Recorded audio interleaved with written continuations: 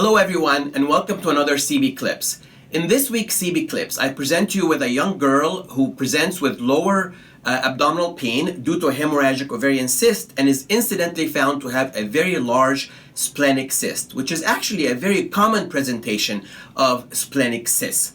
Now, the differential diagnosis is not very wide.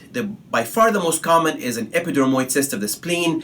A lymphatic malformation is possible, and if you're in an area where echinococcal disease is endemic, yes, an echinococcal cyst is possible, although it usually has very different features from just being a large, simple cyst. Interestingly, the natural history of these cysts is not really well understood. We resect them when they're large because we fear that they might hemorrhage or that they might rupture. Some of them, if they become very large, can become symptomatic with chronic pain in the left upper quadrant or even early satiety by putting pressure on the stomach. But actually, in more than 20 years of practice, I'd have to say that the overwhelming majority of these cysts were picked up incidentally. Nevertheless, our current guidelines are to resect these cysts if they're larger than 5 centimeters. Now, there are essentially 3 modes of treatment.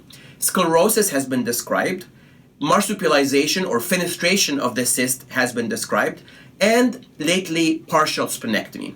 And partial splenectomy has really been found to be the therapy that is most associated with permanent excision of the cyst and least likelihood of recurrence. And that is actually the procedure that we do in our service when we discover these very large splenic cysts.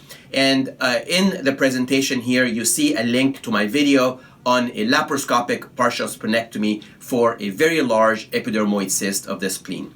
Thank you, and until another CBCLIPS.